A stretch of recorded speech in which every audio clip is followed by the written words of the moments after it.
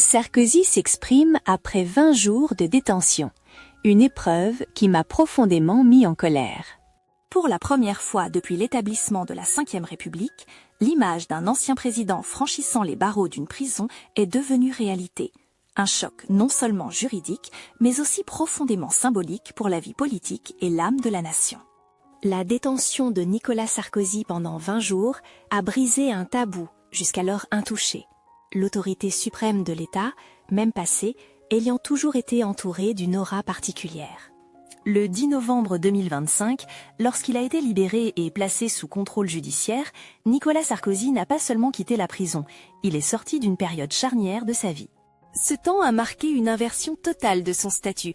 D'ancien chef d'État ayant eu le destin du pays entre ses mains, il est devenu un homme privé de liberté, vivant sous les contraintes strictes du système judiciaire. C'est pourquoi son choix de s'exprimer après sa libération prend un sens qui dépasse le simple cadre d'un récit personnel. Dans l'émission Légende sur YouTube, diffusée le dimanche 14 décembre 2025, à l'invitation de Guillaume Pley, Nicolas Sarkozy a accepté de lever le voile du silence habituellement observé par les hommes politiques. Cet entretien rare n'avait pas pour but de se défendre juridiquement ou de raviver des controverses politiques, mais se concentrait sur l'expérience humaine derrière les barreaux, le sentiment de privation de liberté, la violence symbolique de l'incarcération pour un ancien président et le poids psychologique des jugements émis par la sphère médiatique. Nicolas Sarkozy a consacré un temps particulier à évoquer les blessures invisibles mais profondes subies par sa famille. Dans son récit, il n'est pas apparu en public en tant que figure de pouvoir, mais en tant que mari et père, témoin de la souffrance de ses proches face aux conséquences d'une condamnation qu'il n'avait pas provoquée. L'interview a eu lieu peu de temps après la publication de son livre « Journal d'un prisonnier », coécrit avec son avocat Gilles William Goldnadel, un ouvrage perçu comme une tentative de consigner l'expérience carcérale, non seulement pour se souvenir, mais pour y faire face, l'expliquer et laisser une trace dans l'histoire. Nicolas Sarkozy a affirmé que, psychologiquement, il était assez solide pour affronter et surmonter l'épreuve de la prison. L'expérience de la détention, selon lui, a été un choc majeur, mais ne l'a pas fait plier. Cependant, ce qui a le plus tourmenté l'ancien président n'était pas son propre sort, mais ce que sa famille a été forcée d'endurer en silence. Pour lui, la vraie douleur ne s'est pas arrêtée derrière les barreaux, mais s'est propagée à l'extérieur, là où sa femme et ses enfants ont dû faire face à l'insécurité, à l'anxiété et au sentiment d'impuissance prolongée.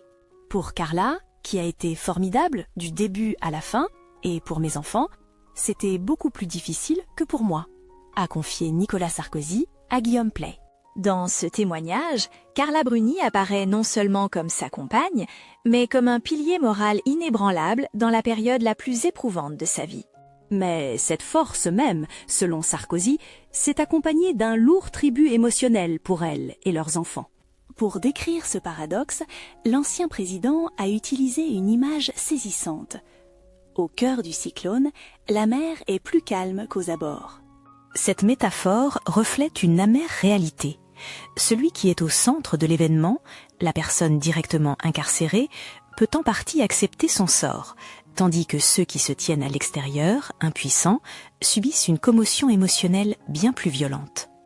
La colère de Nicolas Sarkozy est apparue de façon très nette lorsqu'il a évoqué les conditions de visite en prison. Carla Bruni et ses enfants n'étaient autorisés à lui rendre visite que 3 ou 4 fois, 50 minutes par semaine, dans une pièce sans fenêtre. Selon lui, il ne s'agissait pas d'une simple règle administrative, mais d'une épreuve psychologique qui les privait des rares moments familiaux qui auraient pu les aider à faire face ensemble à l'événement. « C'est une épreuve », a-t-il dit, une épreuve qui a suscité en moi énormément de colère. Cette colère ne venait pas seulement de sa situation personnelle, mais du sentiment d'injustice de voir ses proches, étrangers à la condamnation, subir de lourdes conséquences. Toute cette souffrance injuste est insupportable, a conclu Nicolas Sarkozy, dans un rare aveu qui révèle que derrière l'image de l'ancien président se cachent un père et un mari profondément blessés par les limites rigoureuses de la réalité carcérale. Selon le calendrier judiciaire, il sera rejugé en appel du 16 mars au 3 juin 2026, après une peine de première instance de 5 ans de prison ferme, assortie d'un mandat de dépôt différé.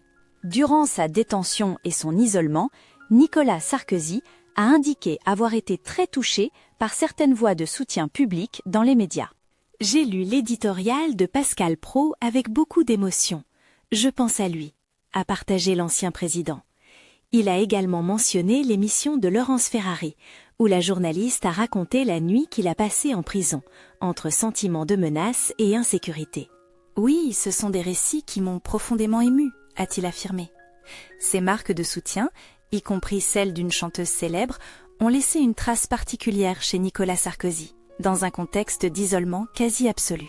Sans s'engager dans des débats politiques ou juridiques, l'ancien président a souligné la dimension humaine. Pour lui, chaque message de solidarité, qu'il s'agisse d'un article, d'une phrase à la télévision, lorsqu'il est entendu ou lu derrière les barreaux, revêt un poids extraordinaire.